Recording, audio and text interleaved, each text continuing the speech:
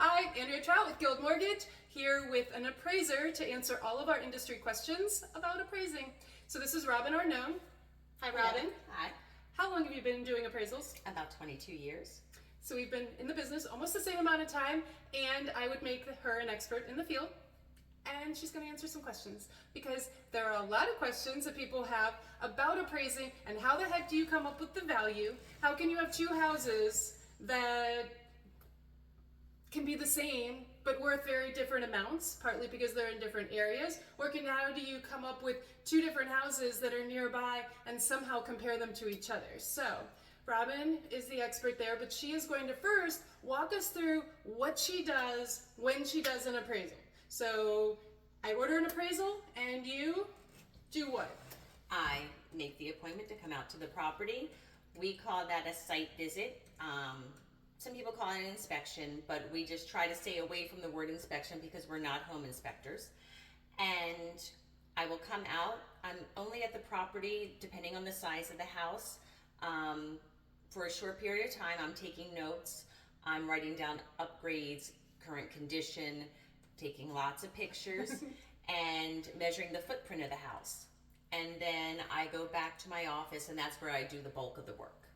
Okay, so when you talk about it not being an inspection, what's the difference between what you're doing and a home inspection in terms of, I know there are conditions that come up on appraisals. People are always worried about what's an appraiser going to say about this or that. Is it going to be a lender required repair because the appraiser said this has to be fixed in order for us to do a loan on it? So what are those things that you're looking for, FHA versus conventional? Well, the difference between FHA and conventional is more the safety of the home, where FHA is safety of the occupants in the home. So with a conventional, you basically just make sure the mechanics are working, that there doesn't appear to be anything structural, and that's all just by the eye. We are not moving things out of the way. We're not getting into attics with a conventional. We're not going into crawl spaces. We're not truly testing everything as a home inspector would. But you're turning on the water. Correct. So you turn on the water, so the water has to be on, utilities have to be on, you're Correct. making sure the systems work. Correct. You're not opening and closing all the windows, checking all the outlets, doing that. FHA, yes. Okay. You do that, or you can do a sample of outlets. You might not check every single outlet in the house, Okay. but you do a sample, at least I do. Okay. And you check for detectors. You check for peeling paint if the home was built before 1978 because of the lead paint concern. You check for railings. You check to make sure all the appliances, anything that's built in, functions. Windows are functioning, doors function. What are the requirements for having appliances?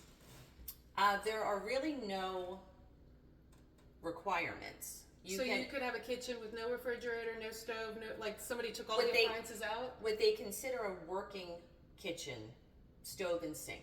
Okay. You have to be able to cook your food. You don't have Yeah. to keep it cold, but you got to be able to cook it. And Got it. But new builds, a lot of people do not include refrigerators, so that's not something that is required. Got it. Dishwasher to older homes. Many homes don't have dishwashers. What about if you say you're conveying furniture? You know, there's a lot of houses that are now being sold as investment properties, whether it's at the beach or the cabin in the woods, and people are Airbnb-ing it and they're selling it completely furnished. Do you give any value to the furniture? No personal property. And personal property also takes into account hot tubs, Okay, because you can take it with you, I suppose. above ground pools, Oh. sheds. So no value No, to any of that. no sheds, unless the shed is concrete pad. I mean, if it's your run-of-the-mill shed that someone came in and you could pick it up and move it, no value. Even if it's in the contract as conveying, no value. No value. Oh. Solar panels that are leased, no value.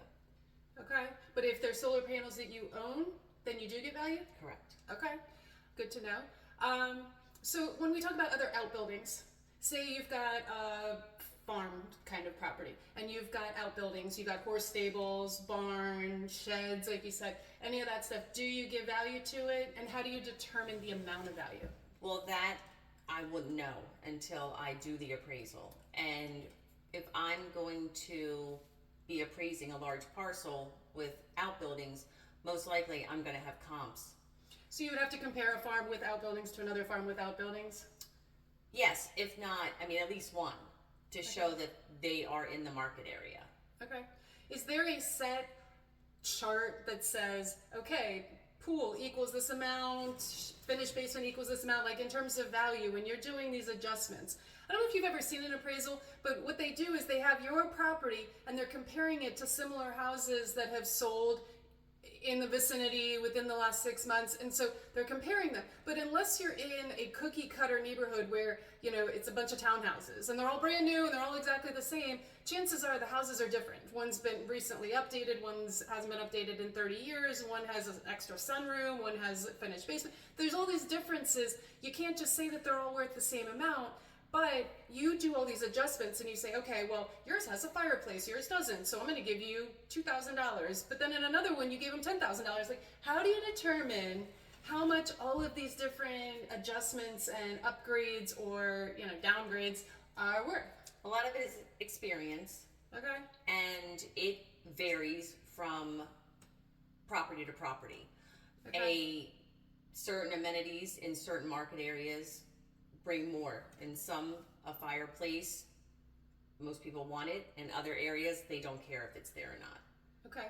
So about, like I say, a pool. You know, some people spend $200,000 putting a pool in. Correct. Are you getting $200,000 worth of value from No. that pool? No. So not worth it? No, and it just, again, depends on the area. Now, if you're a large parcel and they have a ton of hardscape and there's a huge patio around it and things like that, that is going to give more value than just your standard pool. But that still the market still determines what the adjustment's going to be. It's so interesting because when you think about it, I could have a pool in my house in Ellicott City, and then somebody else could have the exact same pool in where? Laurel or something, and maybe they don't get the same amount of value. And also, or say it's Bethesda and the land is worth so much that you have to have more land to be able to have the pool. Correct. Ah, jeez. Sounds like a hard job. It is. No wonder everybody hates appraisers, because there's no like rhyme or reason. You're like, but on the last one it was this, and now on this one. I will say that they have the hardest job because everybody hates them. It's one of those things that everybody writes a contract and it's just fingers crossed that the appraisal is going to come in, because they write it and then it's like, and especially in a market like this where people keep escalating higher and higher and higher, and you're like, all right, we'll see if it actually works because it's up to the appraiser. So we hand it off. It's like a hot potato. Here's the contract. I know the house was only listed for $850 and we have a contract for $950. Figure it out, Aunt Robin. So what do you do when you get a contract? You know the house was listed for $850 and now you've got a contract for $950, and you know they're kind of probably looking for a $950 value. I just see with the comps I have. You know, in this market, it's lower inventory, and sometimes I have them, sometimes I don't. I just have to make my appraisal make sense on paper for the bank to feel comfortable to lend their money. I'm the one that has to answer to that appraisal for 7 years. 7 years? Yes. So if the buyers default on the loan and the bank wants to pull it up, I have to answer to that. A reviewer will look through it, and if they don't agree, I have to have reason for why I did what I did. So you better have really good notes, because after 7 years you might have forgotten that house. Correct. We have to keep, and I scan to have all my working files. Correct. All right. Well, Robin, it sounds like a lot of work. I don't envy a job, but it sounds like, so normally I would say a turnaround time is what? A week from when we order it to when we get a report? Typically, I mean, in busier times, it could be a little crazier. Right. Sometimes it works out that I've gotten an order and I turned it in the next day. It just so happened I was in that neighborhood and I was able to get it written and sent back. But it does vary. Yes. Oh, I had another one. What happens if you have like an old house or vice versa, a new house in a super old neighborhood? Like say they knocked down an old house and they built a brand new house, and you're surrounded by older houses. Like say they're all just one level houses and you built this like big two-story colonial. How do you appraise that house when the surrounding area, let's say Catonsville. Catonsville has a lot of older houses, right? And now you just put in this monster brand new house. How do you do that? Well, you should still be able to find, and even if you can't find the exact, because other people have done the same thing. They've made and you just stay in the market area, and whether that be the high school or whatever you choose.